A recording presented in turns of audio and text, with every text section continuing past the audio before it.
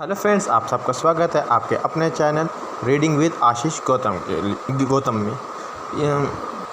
ये एक audio book video है जिसमें मैं नो अबाउट स्वामी विवेकानंद जो किताब है मैपल किड्स ने जो पब्लिश करी है, मैं उसके एक चैप्टर की ऑडियो बुक आपको दूंगा। मैं आपको अपना एक कंटेंट समझा देता हूँ। पहले मैं आपको line by line, word by word आपको पूरी एक नॉर्मल ऑडियो बुक दूंगा और बाद में जब वो ख़त्म हो जाएगी पर चैप्टर, फिर मैं आपको समरी बताऊंगा जो मैंने समझा है। इससे दोनों काम हो जाएंगे, एक ऑडियो बुक भी हो जाएगी, इससे आपको चैप्टर के समझने में थोड़ी आसानी भी होगी। चलिए अब स्टार्ट करते हैं।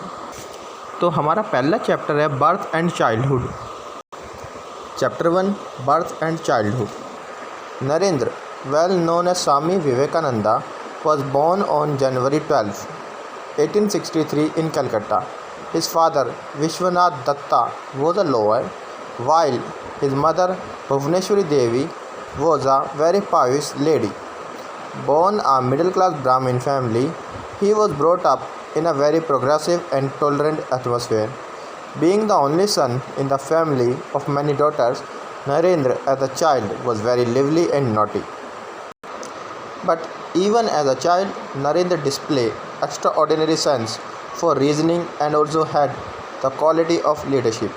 He also had a strong willpower, but he used to remain restless. When Narendra stepped into boyhood, his naughtiness grew. He was a natural leader of the children in the neighborhood. His companion always bowed to his decision. Once a landlord threatened the children, saying, "There is a demon in the tree and he swallows children." Narendra was not impressed by this threat. He settled down on a branch. The other boys took to their heels. Narendra waited for several hours, but the demon did not appear. So he declared that the landlord's story was a spoof. Narendra loved to tease his sister. Meditation too was a sport to him. But as he meditated, he became oblivious of the whole world. Not even a lizard or a snake moving near him could disturb his concentration. Even as a child, Narendra had a great respect for sannyasis or ascetics. He would give away anything to anybody if asked for. On his birthday, he would wear new clothes. Wouldn't he? If a beggar asked for alms, he would give away the new clothes for that day. His mother would lock up in a room whenever a beggar passed by the house.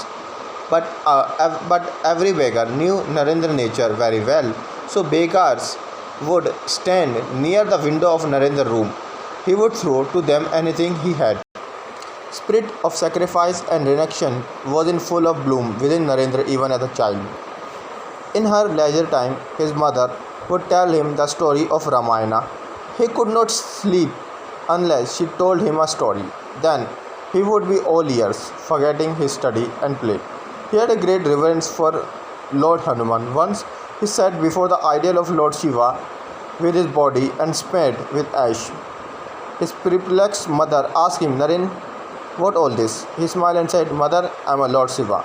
The mother had a premonition that her son would be one day become sannyasi. First chapter is over. तो मैंने आपको first chapter as it is word by word बता दिया। मैं अब आपको इसकी summary बता देता हूँ जो मुझे समझ में आया फर्स्ट चैप्टर। स्वामी विवेकानंद का नाम बचपन में होता है नरेंद्र। उनका जन्म होता है 12 जनवरी 1863 को कलकत्ता में। उनके फादर जो होते हैं उनका नाम होता है विश्वनाथ, जो एक लॉयर होते हैं, और भुवनेश्वरी देवी एक जेनरस लेडी होते हैं जो कि हाउस वाइफ होती है। वो एक मिडिल क्लास ब्राह्मण फैमिली से बिलोंग करते हैं जो कि काफ़ी टॉलरेंट होती है अपने नेचर में और काफ़ी पढ़ी लिखी होती है। वो इकलौते लड़के होते हैं, उनकी काफ़ी सारी बहनें होती है। वो बचपन में काफ़ी नोटी यानी कि शरारती भी होते हैं। जो स्वामी विवेकानंद होते हैं उनके अंदर बचपन से एक रीजनिंग की पावर होती है, यानी कि लॉजिक की पावर होती है, और एक बचपन से इनबोर्न वो लीडर होते हैं। बट वो अपनी जो एनर्जी है वो इधर उधर वेस्ट करते रहते हैं, यानी कि वो रेस्टलेस रहते। जैसे जैसे नरेंद्र यानी स्वामी विवेकानंद बड़े होते जाते हैं, उनके अंदर एक लीडरशिप की क्वालिटी बढ़ती चली जाती है। एक बार क्या हुआ, इनके एक पड़ोसी वो कहते ट्री के ऊपर यानी पेड़ के ऊपर एक भूत है, और जो भी वहाँ जाता है तो वो भूत उसे खा लेता है। पर नरेंद्र यानी कि स्वामी विवेकानंद को उस पर यकीन नहीं हुआ और वो पेड़ पे चढ़े, पर काफ़ी देर इंतज़ार कर पर ऐसा कोई भूत नहीं आया। पर वो रेस्टलेस और नोटी तो थे, पर जब वो मेडिटेट करते थे वो पूरी दुनिया को भूल जाते थे। यहाँ तक कि कोई छिपकली या सांप भी अगर इसके आगे पीछे घूम रहा होगा तो भी उनके मेडिटेशन में कोई दखल नहीं पड़ता था। पर वो सन्यासी और की बड़ी रिस्पेक्ट करते थे और उनके पास जो भी होता था वो सन्यासियों को ज़रूर दे देते थे। एक बार क्या हुआ, एक भिखारी यानी बेगर ने कुछ मांगा। नरेंद्र के पास एक नए कपड़े थे तो नरेंद्र ने वही कपड़े उन गरीब यानी भिखारी इंसान को दे दिए। इसके अलावा ये सब देख के उनकी मदर ने उनको एक रूम में लॉक कर दिया जब कोई भिक्षा मांगने आता था। बट जो बेगर्स होते थे वो नरेंद्र यानी स्वामी विवेकानंद के नेचर को काफ़ी अच्छी तरीके से जानते थे। वो उनके क्या कहते हैं कि उनकी खिड़की के पास चले जाते। वो जानते थे अगर नरेंद्र उन्हें देखेगा तो कुछ ना कुछ ज़रूर देगा। वो इतने जेनरस थे अपने बचपन में। सेक्रीफाइस, मेडिटेशन करना वो उनके बचपन से एक आदत थी। अपने खाली टाइम पे उनकी मदर उन्हें रामायण महाभारत की स्टोरी सुनाती थी और वो जब तक नहीं सोते थे जब तक उनकी माता श्री उन्हें रामायण की स्टोरी ना सुना देती थी। एक बार क्या हुआ कि नरेंद्र ने अपनी शरीर के ऊपर राख मल ली।